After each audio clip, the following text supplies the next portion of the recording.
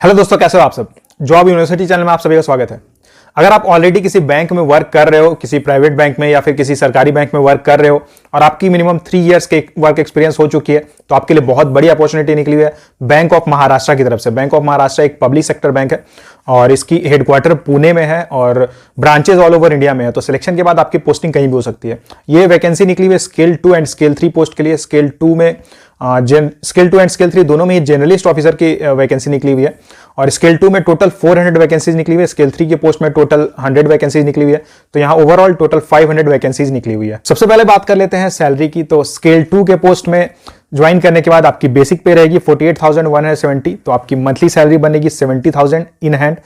और स्केल 3 के पोस्ट की बात करें तो यहां आपकी बेसिक पे रहेगी 63,840। तो आपकी मंथली सैलरी बनेगी 85,000 मंथली, जो कि इन हैंड रहेगी। इसके अलावा बहुत सारी फैसिलिटीज है, बहुत सारे पर्क्स एंड अलाउंसेस हैं जो आपको यहां पे मिलते हैं।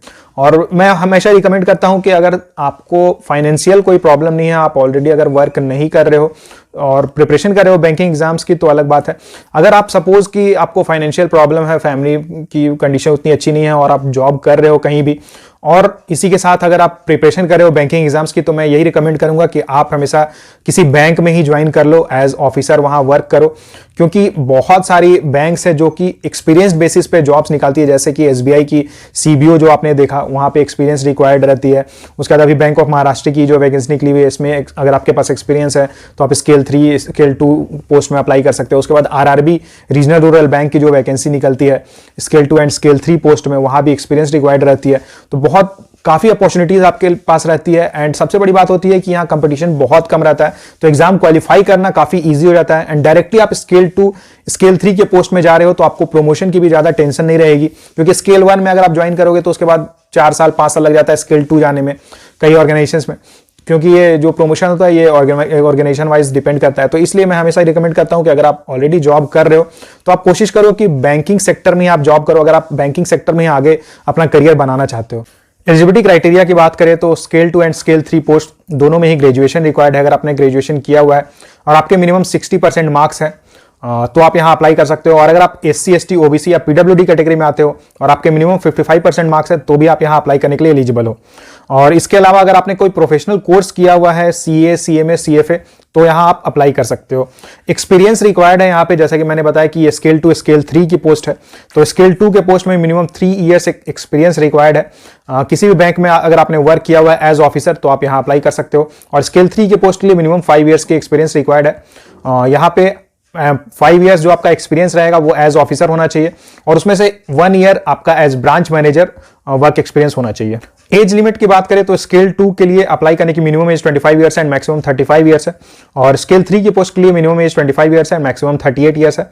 और अगर आप कैटेगरी में आते हो तो आपको एज में रिलैक्सेशन मिलेगा। और कैटेगरी के लिए एक इंपॉर्टेंट बात है कि अगर आप किसी भी कैटेगरी में आते हो तो जिस भी कैटेगरी, सपोज आप OBC कैटेगरी में आते हो तो आपको इंश्योर कर लेना है कि अगर आपके पास ऑलरेडी सर्टिफिकेट बनी हुई है, कास्ट सर्टिफिकेट OBC से रिलेटेड, या फिर अगर आप बनवा सकते हो तो ही आप OBC कैटेगरी में अप्लाई करना। अदरवाइज आपको जनरल कैटेगरी में अप्लाई करना चाहिए, क्योंकि यहां पे इन्होंने ऑलरेडी मेंशन कर दिया है कि कैटेगरी की जो चेंज है ये परमिटेड नहीं है। यानी कि ऐसा नहीं हो सकता है कि आपने अभी OBC कैटेगरी में अप्लाई कर दिया, बाद में डॉक्यूमेंट वेरिफिकेशन के टाइम पे आप बोलोगे कि मैं बनवा पाया डॉक्यूमेंट अपना जो भी रिक्वायर्ड है और उसके बाद आप मुझे अनरिजर्व कैटेगरी में कंसिडर करो। तो ऐसा नहीं होगा, वो वहां पे प्रॉब्लम कर सकते हैं। तो इसलिए पहले ही आप इंश्योर कर लेना, अगर आप बनवा सकते हो सर्टिफिकेट तो ही आप उस कैटेगरी में अप्लाई करना। सिलेक्शन प्रोसेस की बात करें तो यहाँ पे आपको पहले एक ऑनलाइन एग्जाम देना होगा एंड उसके बाद आपको इंटरव्यू के लिए कॉल किया जाएगा। ऑनलाइन एग्जाम में आपसे इंग्लिश, क्वांट, रीजनिंग के 20 क्वेश्चन पूछे जाएंगे एंड इसके लिए आपको 15 मिनट्स का टाइम मिलेगा। और प्रोफेशनल नॉलेज के 90 क्वेश्चंस पूछे जाएंगे एंड इसके लिए 75 मिनट्स का टाइम मिलेगा। तो ओवरऑल यहाँ 150 क्वेश्चंस आपसे पूछे जाएंगे, टोटल 2 आवर्स का टाइम मिलेगा एंड मैक्सिमम मार्क्स 150 रहेगा। मेंस क्लियर करने के बाद आपको 1:4 के रेशियो में इंटरव्यू के लिए कॉल किया जाएगा और इंटरव्यू टोटल 100 मार्क्स का होगा and online exam and interview का वेटेज 60:40 के रेशियो में रहेगा। यहाँ अप्लाई करने का सारा प्रोसेस ऑनलाइन है। आप डायरेक्टली www.bankofmaharashtra.in इस वेबसाइट पे जाके रजिस्टर कर सकते हो। अप्लाई करने के लिए अगर आप अनरिजर्व ईडब्ल्यूएस या ओबीसी कैटेगरी में आते हो तो आपको 1180 रुपीज पे करना होगा। SC/ST कैंडिडेट को 118 रुपीज पे करना होगा, और अगर आप PWD या वुमेन कैंडिडेट हो तो यहाँ आपको कोई भी फीस पे नहीं करना है। इंपॉर्टेंट डेट्स की बात करें तो ऑनलाइन रजिस्ट्रेशन स्टार्ट हो चुकी है। अप्लाई करने की लास्ट डेट 22 फरवरी रहेगी एंड इसकी ऑनलाइन एग्जाम 12 मार्च को होगी। तो आपके पास बहुत कम समय बचा हुआ है। जल्दी जल्दी आपको फॉर्म भरना है एंड उसके बाद प्रिपरेशन करनी है। और ये जो प्रोसेस होगा, हालांकि यहाँ पे कंपटीशन बहुत कम रहेगा क्योंकि बहुत कम लोग होते हैं जो ऑलरेडी जॉब कर रहे होते हैं, उनके पास 3 इयर्स का एक्सपीरियंस हो गया या 5 इयर्स का एक्सपीरियंस हो गया है और वो प्रिपरेशन वगैरह करते रहते हैं। तो आपके लिए बहुत बड़ी अपॉर्चुनिटी रहेगी। टोटल 500 वैकेंसीज निकली हुई है। सिलेक्शन के बाद आपको 1 ईयर का प्रोबेशन पीरियड सर्व करना होगा और इसी के साथ यहाँ सर्विस एग्रीमेंट बॉन्ड भी साइन करनी होती है। जो बॉन्ड अमाउंट रहेगा 2 लाख एंड बॉन्ड की ड्यूरेशन रहेगी 2 इयर्स की। दोस्तों, बैंक ऑफ महाराष्ट्र की तरफ से बहुत बड़ी अपॉर्चुनिटी निकली हुई है, तो आपको इस अपॉर्चुनिटी को ग्रैब करना चाहिए। आप अप्लाई जरूर कर देना। अप्लाई करने की नोटिफिकेशन एंड लिंक मैंने डिस्क्रिप्शन बॉक्स में डाली हुई है, तो आप वहां जाके चेक कर सकते हो एंड अप्लाई कर सकते हो। तो ये थी सारी डिटेल्स बैंक ऑफ महाराष्ट्र के रिगार्डिंग। इससे जुड़ा अगर आपका कोई सवाल रहता है तो आप मुझे कमेंट करके पूछ सकते हो और वीडियो को लाइक कर देना, ज्यादा से ज्यादा शेयर करना, और अगर आप चैनल पर नए हो तो चैनल को सब्सक्राइब कर देना। Thank you and all the best.